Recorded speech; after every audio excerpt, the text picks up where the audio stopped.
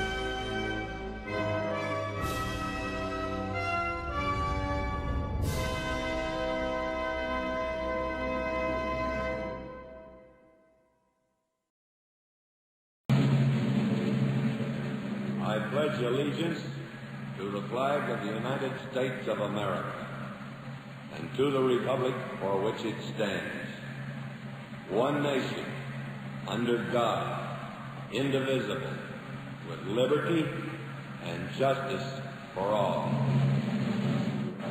Okay, excellent. Thank you, Joe. I'd like a special thank you to Eric Spivey today, who has jumped in. Gave him very little notice, but he is on the meeting today and is going to kick it off with our invocation. So Eric, take it away. Will do. Good afternoon, everyone. I'm cleaning out an apartment today for our final day before we move into our house, which we did this weekend. So one of the kind of prayers that I've been doing with my church over the past couple of weeks is simply called a prayer of lament.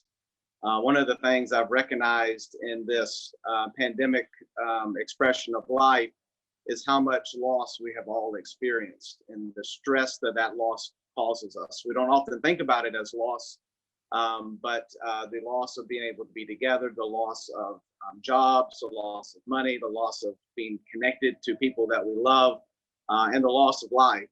And so today, as we pray, I simply would ask that you maybe name in your own heart and mind a few of the things that you have lost. And naming them, I think it gives us power over them versus giving them power over us. And the Hebrews knew of this. One of the Bible books in the Bible in the Old Testament is called Lamentations. And it is a book of loss. It's a book of speaking of the loss of a community, loss of a city, a loss of a national identity. And so today, let me offer this prayer of lament for us today. Would you pray with me? And so today, oh Lord, we come naming the things that we have lost, from being able to be together around the tables at Rotary, to being able to serve together in our community, to the loss of personal freedom of movement in order to be able to protect our families and our community at large. And so today, oh Lord, we pray that you will speak your presence and your hope into our loss. In naming it, oh Lord, may we feel your power over the loss that we have experienced. May we feel your hand of comfort in our grief, and may we feel your power in helping us to move forward in a new life, in a new world that's different than we ever expected, but also with new opportunities to be Rotary, new opportunities to be friends, and new opportunities to serve our community. We pray all of these things in your name. Amen.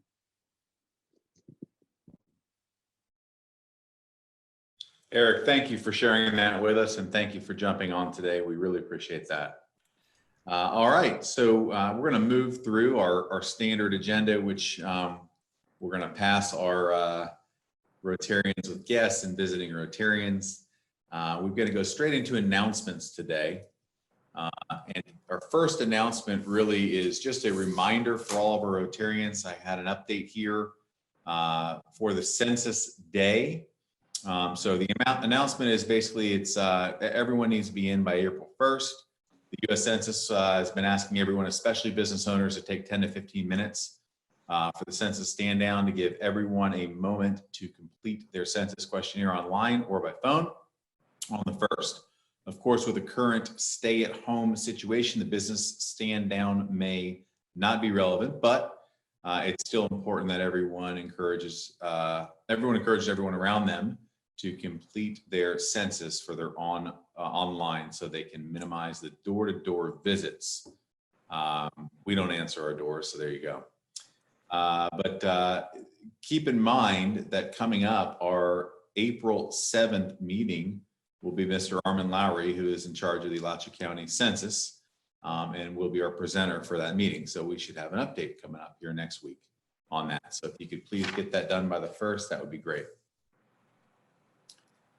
Moving on to the next announcement.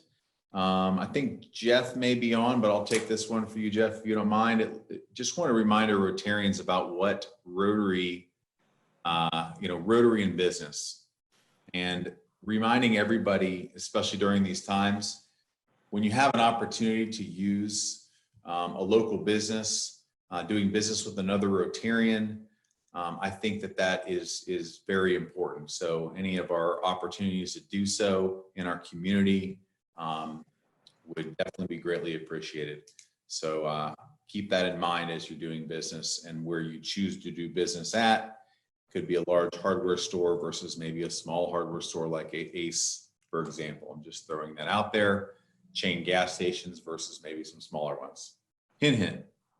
All right, and moving forward, our third agenda today, our third announcement on the agenda is we have a craft talk. So this will be awesome. This is a way to do a craft talk for our meeting.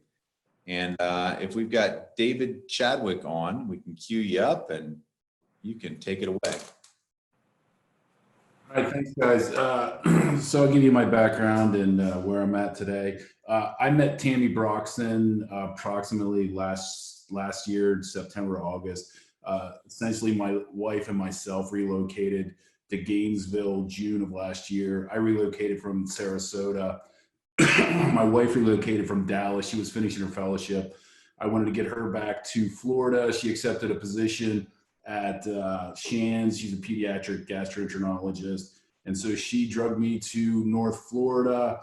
My wife contacted Tammy in regards to looking at some properties. Tammy did a great job showing us around Gainesville, looking at properties. We haven't bought anything yet, but Tammy did a great job. And anyone that's looking to upgrade, downsize, purchase, contact Tammy. With speaking with Tammy, she had mentioned that she was part of the Rotary Club. I was part of the Rotary Club in Sarasota, and unfortunately, I dropped out because my work schedule had me traveling all over God's green earth. And I thought this was a great time, not knowing anybody, to get back involved in the community. And what really attracted me to Rotary at the get-go from when I started in Sarasota is the people within the organization. I mean, to spend time with people that are giving back to socialize with the people that are giving back to their communities and beyond is a very amazing thing. And I look forward to doing that with all you guys. excuse me, I have a little cough here. I was born in Pennsylvania, graduated from Shippensburg University with a degree in finance. I also received an MBA from St. Joseph's University. How I got to Florida, I was working for an investment company in Philadelphia. They kept sending me back and forth, and one of my clients became my employer, and that was 18 years ago. I transitioned to Sarasota, Florida. I consider the great state of Florida home now. I couldn't imagine going back and living through the winters in Pennsylvania again. The town was very small that I grew up in, smaller than Gainesville. It was 800 people, one red light. You had to drive 40 minutes to get to anywhere that you may even recognize. My career took me with the degrees in finance. I'm a certified financial planner, and I've been working with families and individuals, helping them with their finances for the last 20 plus years. I have I work with a group and have my practice under a group called Capital Point Financial. We have offices in Sarasota, Fort Collins, Colorado, Chicago, and I'm currently expanding within Gainesville. As I mentioned, I'm married, and we had our first child, a little boy, in November of last year, and what an amazing experience that has been for us. In my spare time, you can find me hacking around at the Gainesville Country Club playing golf or trying to play golf. I hope it looks like golf. And once again, I look forward to meeting everybody, participating and volunteering, and giving back to our community and beyond. So thanks for having me, guys. Chad, welcome, and very nice job. I think you did that within our 3 minutes, so you're right on time. Well done. Welcome. So let's go ahead and move forward. That would wrap up our announcements. I'll pause for a minute in case there's anything that we missed or anything that needs to be added. Sorry, sir, may I introduce myself? Sure. Hi, I know that I'm not usually in attendance to Rotary meetings, but I'm a youth exchange kid this year. I'm not sponsored by this club, but I think it's important to attend Rotary meetings and to stay active within the Rotary community. So my name is Jocelyn Riley. I go to PK Young. I'm a freshman in high school. This year, I plan to go to Italy starting in September for a year foreign exchange. I'm super excited, and I just wanted to come to this Rotary meeting today to see all of you and to stay up with Rotary. So thank you for having me. Jocelyn, thank you and welcome. PK Young Grade School. All right, well, welcome to the meeting. And it sounds like we have, is there anything else out there for announcements before we turn it over to our president, Chad King? Okay, and with that, I'd like to invite Chad to jump into the meeting. Mr. King.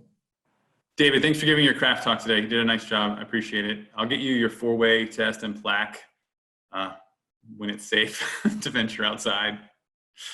And Jocelyn, I'm glad you're here. I saw you riding your bike the other day. It's good to see you. I saw you too. Nice to see you too, sir. Yeah. All right. Well, that's really all I have. Joss, I'm glad you're here, though. Thank you for being here. Richard, would you go ahead and introduce today's speaker? Yes. Hi. Hi, everyone. Hope everybody can hear me. And so we are experimenting today with our very first kind of online virtual presenter. And I don't know if I wind up, Joe, can you wind up switching the screen so that I wind up showing up? I'm not sure. You hear me, right, Chad? I hear you, yes. Okay, great. So I'm actually on site today at the Matheson History Museum, appropriately socially distanced times probably 3 from Dixie Nielsen, who is the executive director here. And Dixie has been really, really wonderful to work with us on this very first effort at this. And we're sure it's not going to go without some snafus here. So we'll figure things out as we go. But what we're going to do is Dixie's going to basically walk us through a little bit of the history of the Matheson History Museum today. And then she's going to take us on a virtual walking tour, which we hope is video re-recorded. They are actually in the next office next door right now trying to get the video running. If it's not running by the time I finish this introduction, then we're going to wind up doing a physical, actual walking tour with her cell phone recording the Matheson. So we're going to see how this goes. So a little background on Dixie. Dixie Nielsen is the executive director of the Matheson History Museum. And Dixie received her BA in history from Eckerd College in St. Petersburg, Florida, and a master's degree in museum studies at Johns Hopkins University. Her 30 years of museum experience began at the New Harn Museum of Art way back in 1990, where she was the museum's head registrar responsible for all of the museum's collections. In 2000, she was invited to join the faculty of the University of Florida's School of Art and Art History, where she was the first instructor in the school's new master's program in museum studies. She became the program's assistant director in 2007, and concurrently with that, she managed the collections at UF's Government House Museum in St. Augustine, and her long-term consultancies include the Naples Philharmonic Museum of Art and the Appleton Museum of Art in Ocala. Dixie produced an educational video on caring for museum collections, which has been circulated internationally among museums and museum studies programs, and she's written several scholarly publications. Upon retirement from UF, Dixie volunteered at the Matheson History Museum, reorganizing and cataloging over 1,200 objects in the Matheson's Tyson Tool Barn from 2017 to 2019. And she became the museum's executive director in 2019. And again, I'm deeply grateful to Dixie for giving us this opportunity. Greg Young is the person who had introduced us to Dixie. Greg sits on the board of the Matheson. It's an amazing facility. I've been here. They've got an awful lot crammed into a very small space. And I think you'll find this to be an interesting program. I'm grateful to Dixie for doing it today. And with that, Dixie, I'm going to ask Joe to turn this over to you. Oh, you can see me. I can't see you. Click that. All right. So anyway, welcome everyone. I'm glad to see you here. We have a couple of different things that we are going to be experimenting with our levels of technology here. So bear with us. And Joe, Richard has been just fabulous. Everyone from Rotary has been really kind and really helpful, and I appreciate that. So the first thing that we're going to do is look at a little PowerPoint that gives us some background on the museum. And after that, we'll take our walk. So let's see if we can make this go. Okay, there we go. Okay, thank you. I can't tell what's happening on the other side of the screen, so I have to have Richard there giving me background notes. So this is where the Matheson History Museum is located. We are right on University Avenue. We're the first building north of the downtown library. East of the library. Many people come in and say, gee, I've never been here before, and I feel like I have not done my job. So most of what I do is try to attract people to come in our doors, because I know once they get here, they're gonna love the museum. So we'll get rid of that. So, okay. So here we are, we're easily located right here. This is us, the museum. And this is our main building where most of our events take place. We have all kinds of lectures and book launches and private parties and museum receptions, exhibition openings. So a lot goes on here in this building. But right behind our building is the Matheson House.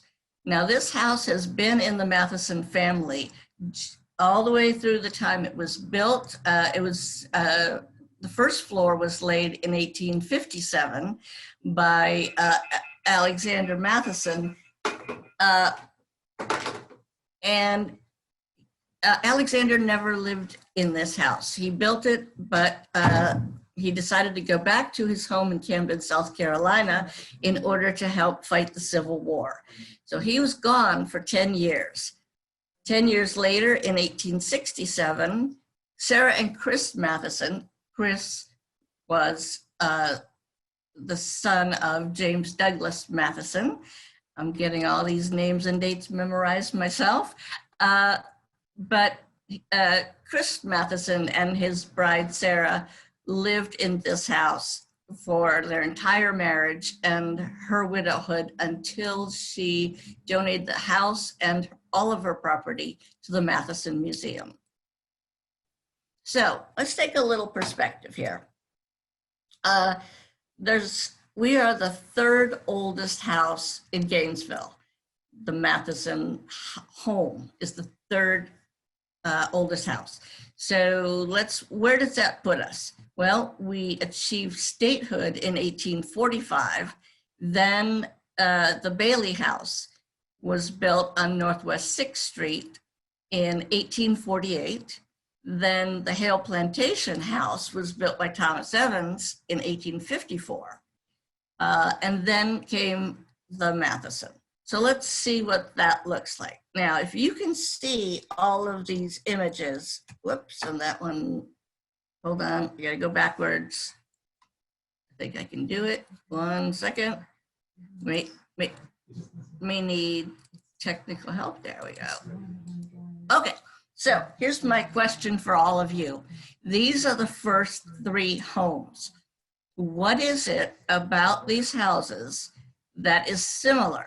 Now, what I can tell you is it's not the dormers. So what else do you see that's similar about these 3 houses? Well, let's see. That's not that one. Okay, we seem to have missed that slide. So what I'm going to tell you, the answer is that all 3 houses, if you notice these columns, they go all the way down to the ground rather than ending at the porch. So that feature was particular to Camden, South Carolina. So yes, it's true. All the 3 first houses in town came from owners who moved to Gainesville from Camden, South Carolina. So let's zoom forward to 1994. This is a picture of Sarah Matheson herself on opening day of this museum in 1994. Sarah continued to live in the house behind the museum until her death, but she had deeded the property, the house, and all of the surrounding area that she owned to the museum. So from this day, we were officially a museum. Now, what are the other buildings that we have here? We have 4 different buildings, including the museum. This one is my favorite by far. This is the Tyson Tool Barn. Now, the interesting thing about the tool barn was it's not original to this location. Mr. Tyson lived a few blocks away from the museum. He generously decided to donate his collection of over 1,200 fabulous tools to the Matheson. And at the very last minute, he said, oh, I'll throw in the barn as well. Because the barn is made out of peg and board and very few nails, Mr. Tyson took the barn apart. Now, some of it was transported here on a truck. The rest of it, Mr. Tyson and his friends carried to the museum where they reassembled it on site where it's here today. This is my favorite building. I love those tools. And if you come and visit us, give me a call ahead of time and we can arrange for you to have a tour of this building. What you'll see inside is a vast array, every kind of hammer, saw, nail, screwdriver that you can imagine are here. All of these that we're looking at are wood planes. The ones at the top, this TA 61.3, these are used to carve the inside of barrels. Now, I didn't know everything about tools when I started, certainly, but I learned over the last couple of years, and I joined an online tool group who were an invaluable help. So my advice is if there's something that you don't know what it is or how it works, go to the internet and you'll find out. So The third building in our fourth building actually is the newest one that we've owned. It used to be the Melting Pot Restaurant. Some of you may be familiar from those old days, but even before that, it had a great history. It was the Gainesville Gospel Tabernacle Church. And what I liked about the story here, you can see it's a brick building. So when this building was built in the turn of the century, the minister would go out and stand on the corner of Main Street and University Avenue and panhandle for money.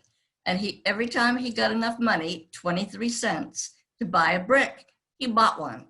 He'd walk it to this site 2 blocks east from where he was standing, and he'd lay the brick in place. Soon his congregation joined him in raising money for the bricks, and there you go, here we have a building. I think that's just a wonderful story of determination and vision that was really brought the community together. Now, this is the interior. This is the part that will surprise you. No longer the melting pot, no tables, no restaurant, no cooking oil. So what we have here instead is our library collection, which you can see in this picture. And in other rooms of this building, our collection is stored and a lot of research material.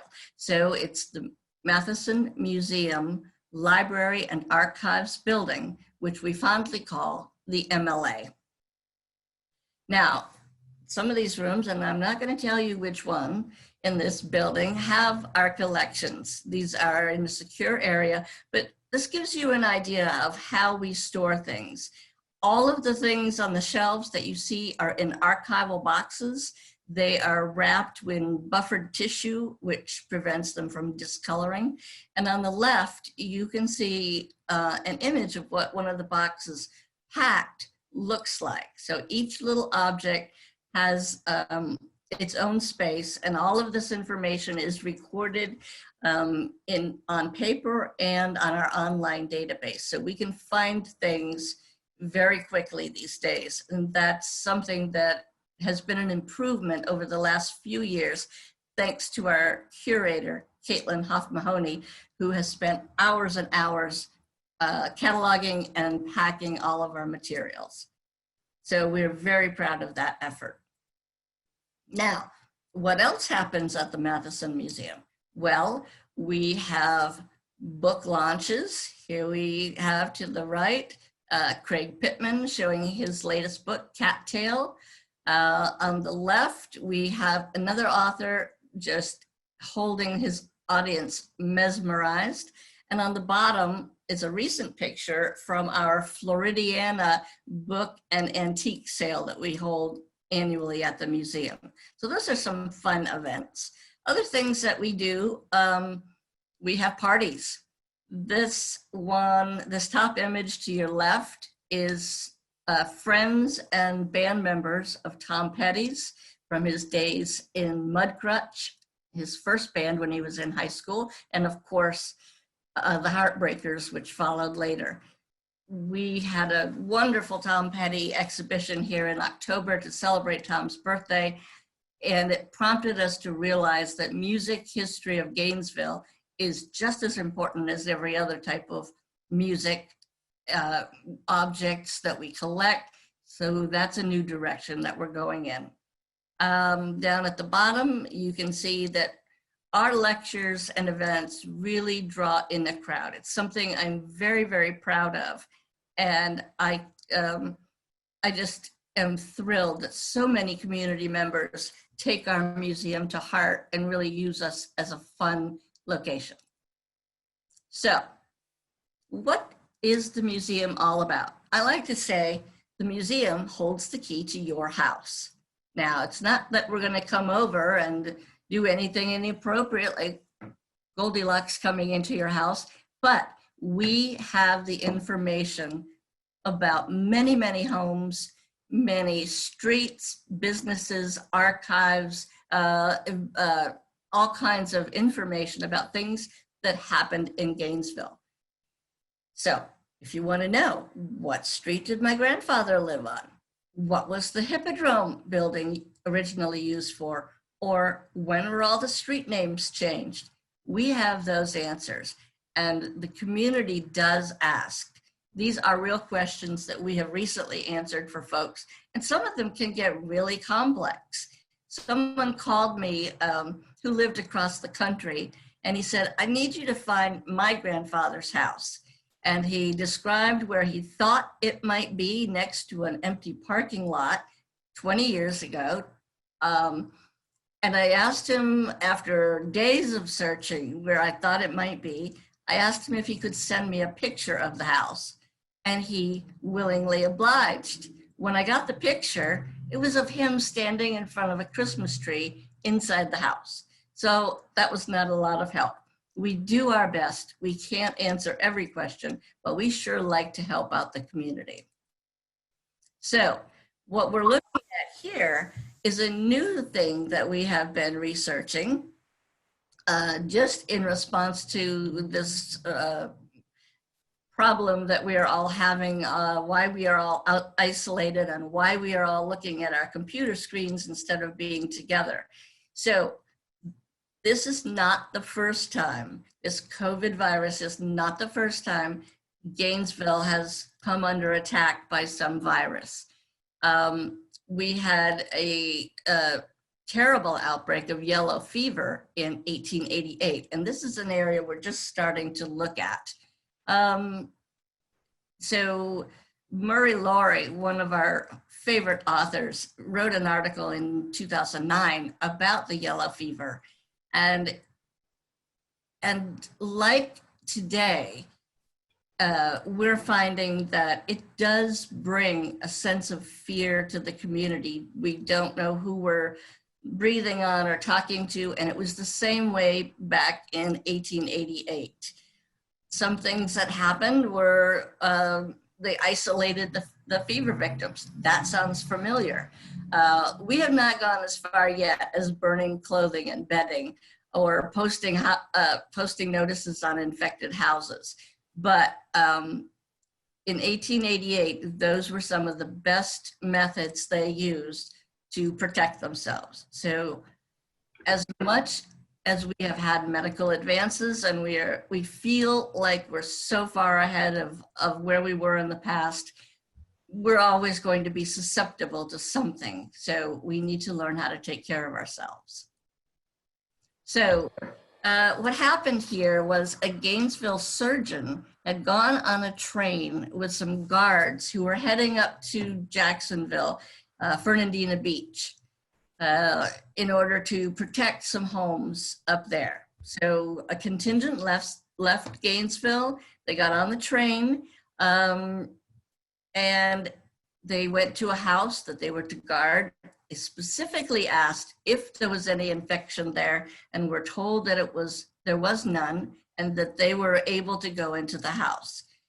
The Gainesville men were there for 5 days, and during the next day, 6 of the 14 men started showing signs of fever. They all came down with yellow fever, and only 4 of them recovered. This is an image from Frank Leslie's illustrated newspaper, which shows the train conductor actually arguing with passengers about whether or not they were allowed to get on to the train between Gainesville and Fernandina Beach. They were refused entry to the train, and it was a wise conductor that kept them off the train that held other infected people. Following the outbreak, several years later, in 1922, I believe, Gainesville erected this obelisk that you see in the background, this white statue behind the 3 women, to honor the victims of that yellow fever outbreak and remember their names. Later, that obelisk was moved to the entrance of Evergreen Cemetery, and it was placed right at the very beginning of the cemetery, right at the gates. It's no longer in that position, but it is deeper into the Evergreen Cemetery. So when you're there visiting or just exploring the cemetery, keep an eye out for that obelisk and remember that yellow fever. And hopefully we will not be needing to build any more obelisks in Gainesville. So that wraps up the inside of our museum and some of our activities. So I'm going to do my best to switch us now onto the virtual walk that we have just filmed. So give me a second and let's see how this goes.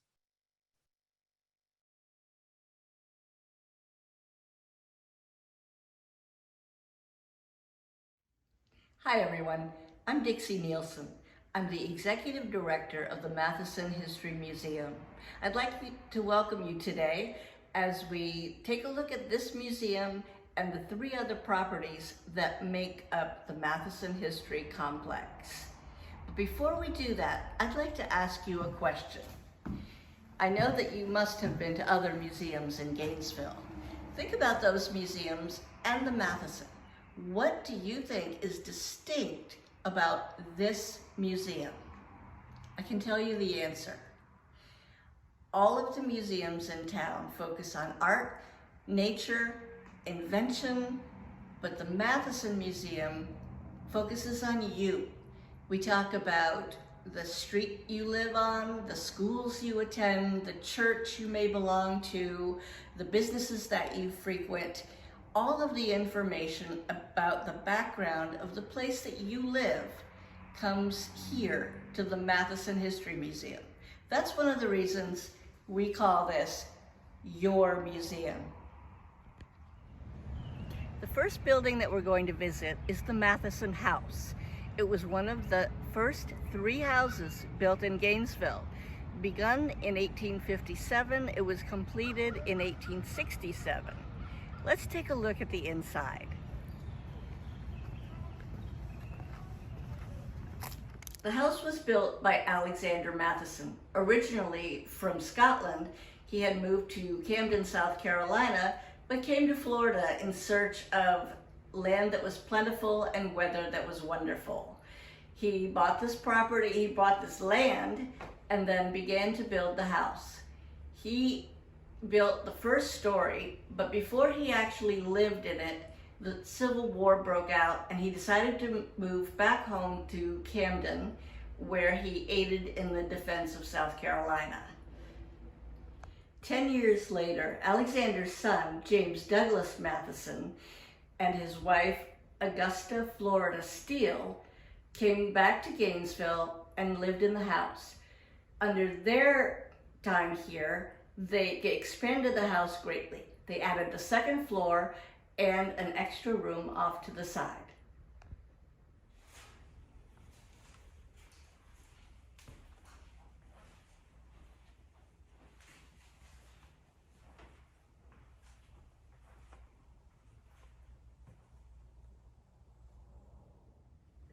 The second son of James Douglas and Augusta Steele was Christopher Matheson. He was born in 1874 and grew up in this house. Christopher attended East Florida Seminary and graduated from the Citadel. Following that, he became a lawyer. This room is his law office exactly as he had it, with many mementos on the wall of his days from Oklahoma and his marriage to young Sarah Hamilton Matheson, who was 26 years his junior. This is the master bedroom of the house. This is the bed in which Christopher Matheson was born and in which he died. Sarah and Chris spent their lives together, and that is reflected in many of the mementos on the walls of this room. Family was very important to the Mathesons, and although Chris and Sarah never had any children of their own, they enjoyed the relationship with Chris's brothers and all of the Matheson clan, which included members of the Hale family, the Dudley family, the Chestnut family, all of whom came from Camden, South Carolina to live here in Gainesville. Chris died in 1952 when Sarah was only 51 years old. During that time, she was active with the Presbyterian Church Women United. She was awarded the Valiant Women's Award in 1983. She worked with the Friends of Music, the Garden Circle, Alachua County Historical Society, and she traveled the globe teaching and gathering souvenirs from her students in Korea, Japan, Greece, China, India, and South America. It was Sarah's association with the Alachua County Historical Society that led to her deeding her house and property, which at that point had become placed on the National Historic Register. She gave it all to the Matheson Historical Society so they could have a place to meet.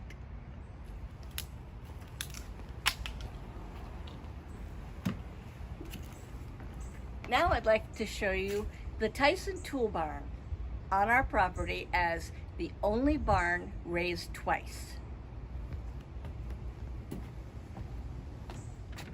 This barn was built by John Mason Tyson, a tool collector who traveled the world gathering the best tools that he could find, and he brought them home and built this tool barn in his backyard in 1992.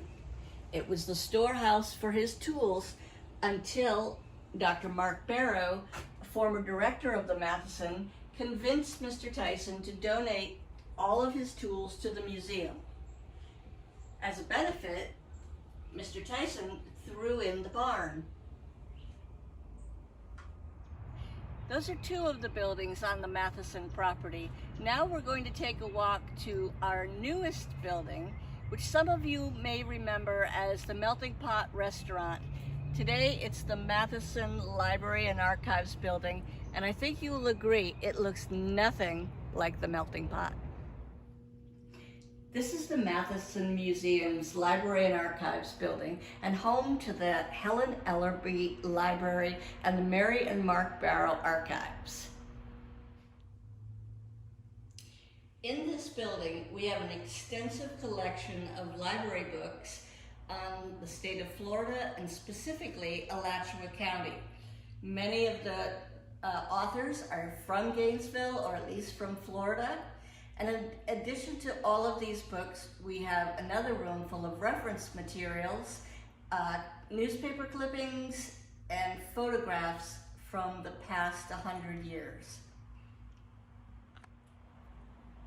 The stained glass that you see above us is the last remnant from the Melting Pot Restaurant. We were delighted to keep it with us as a part of our own personal history, and we think it makes a very great conversation point. And here we are, back at the Matheson History Museum's main building. This building was originally the American Legion Hall, built in 1933. It was the home for many performances of bands on Friday nights, including the Mudcrutch Band, which was Tom Petty's original band, and he played here as a young man, which we were delighted to include as a fun fact during our recent Tom Petty exhibition. This exhibition reflects one of the darker periods of Alachua County and Gainesville's histories. It is on the Johns Committee. In 1956, Florida State Legislator Charlie Johns created an investigative committee whose purpose was to expose subversive activists in Florida. The first target was Black people, those that belonged to NAACP, and it went on to expose homosexuals that lived in Gainesville, which at the time was an illegal activity. Many people were hurt by this committee's actions.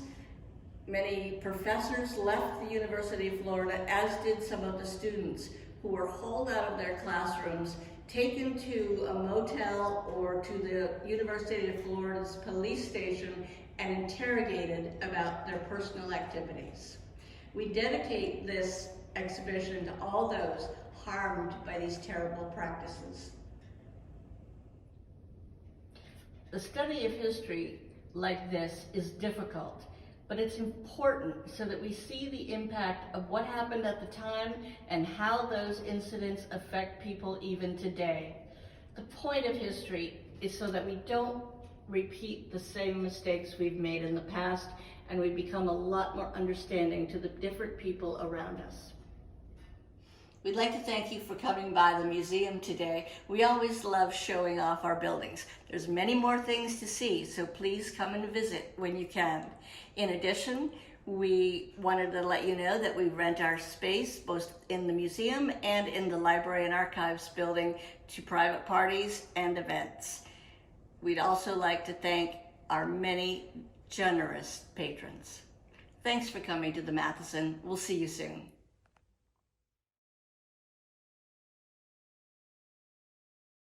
Do I We need? have one question in the chat already. What year did you acquire the, I think this is melting pot?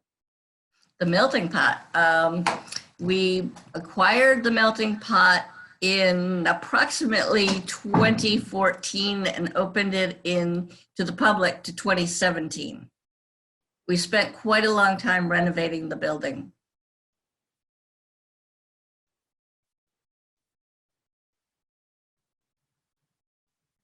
If anyone has an additional question, if you could unmute yourself in an orderly fashion, that might expedite this. Hi, this is Tina. Hi, Tina. Hi. I'm wondering how often, or could you mention how often you conduct the public tours of all the buildings? Absolutely. One thing that might make it easier to understand our difficult schedule is we only have 2 staff members for the whole museum and 4 buildings. Therefore, we have to arrange our time very carefully so that one of us remains in the museum and the other one of us can conduct the tour. So we ask folks to give us a call when they would like to come over, and as long as we can arrange it on a day when Caitlin and I are both here, we are happy to take people on the tour. So just give us a shout, and we do tours of 1 person or 10 people. So give us a call and we can work it out. Hello, Dixie. This is Greg Young. Hey, Greg Young. How are you doing? I'm hanging in there. Hanging in there. Very good. So my question is, I understand some of the early founders of the Matheson who worked with Sarah Matheson to bequest her home to this foundation. Some of those were Mark and Mary Barrow, who used to be members of our Rotary Club. And I wonder if you can mention some of the early people involved in that. Absolutely. If we had been able to see the video, I would have been able to show you the Mary and Mark Barrow archives. So much of the library and the materials in it are thanks to Mary and Mark Barrow, who were absolutely the key to getting this museum off the ground. We appreciate Dr. Barrow's gift to our community. And of course, was a lot of the influence on the early years. Other people, now you put me on the spot, Greg. Of course, Roy Hunt was on the board, Marinus Latour. And if I had a cheat sheet with me, I would be able to tell you other names, but they are people who have been friends of this museum for a very long time, and to which we owe a huge debt of gratitude. Thank you so much, Dixie. And one last thing, I like your saying that you have come up with recently about the museum being, could you repeat that for us? Yes, it's our favorite saying, actually. And because you didn't see the video, I was standing right next to a big sign that has our favorite slogan on it. And that is, this is your museum. And it's what I tell people who come in here almost every day.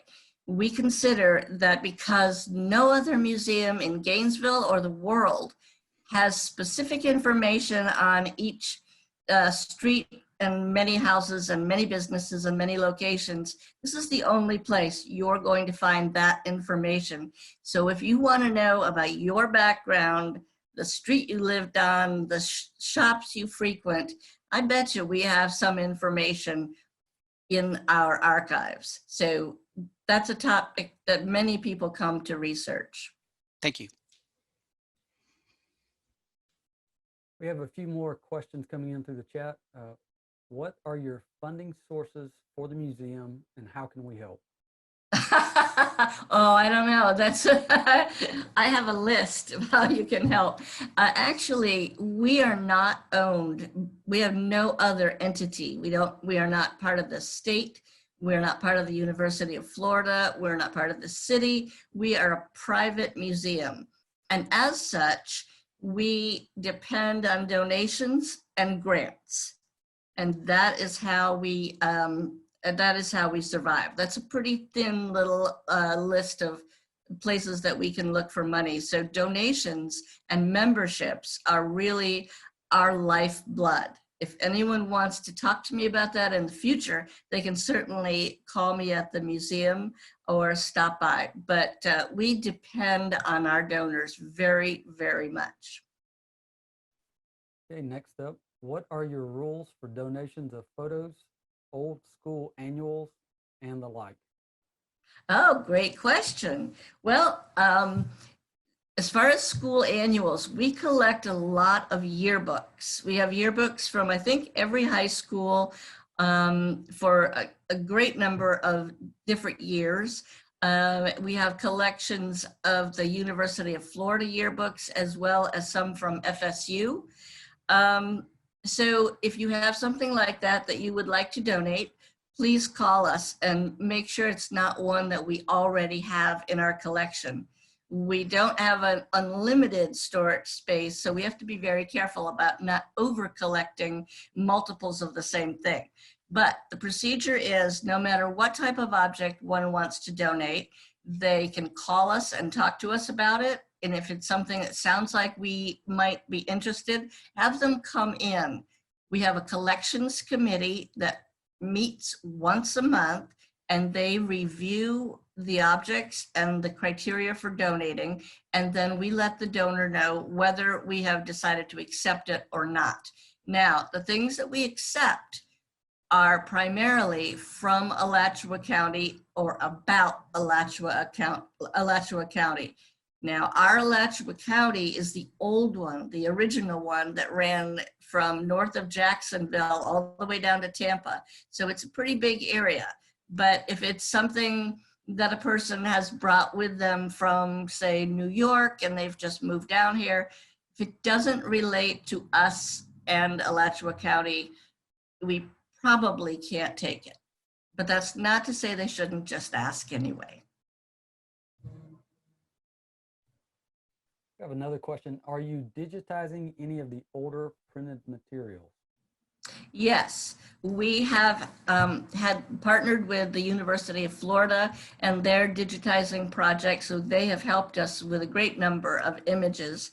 In addition, last year we had published a book by an Oregon publisher, Pediment Publishing, and they gathered photographs from our archives and from our community, and they helped us produce a book called Gainesville Memories, which we sell in our gift shop. But the greatest part of that project was that they digitized all of the images that they used in that book, and so we have those as well. And digitizing is something that's definitely in our future. Dixie, thank you very much for that update. And as your Sergeant of Arms today, we are right on the time. So I'm going to go ahead and turn it over to President Chad to close us out. Thank you. Thanks very much for having us. Dixie, thanks so much today for speaking to our group. I think this is our first speaker on a Zoom meeting. You did an amazing job. Thank you. And Richard, thank you as well. We will be making a donation to inoculate 100 children from the polio virus. It will be in your name. So thank you so much for speaking. That's wonderful. Thank you. What I'm told is that we had a total of 78 folks on the meeting today. So good job to everyone. I'm glad that you're here, and we will do this again next week. So with that, the meeting is adjourned. Have a great afternoon, everyone.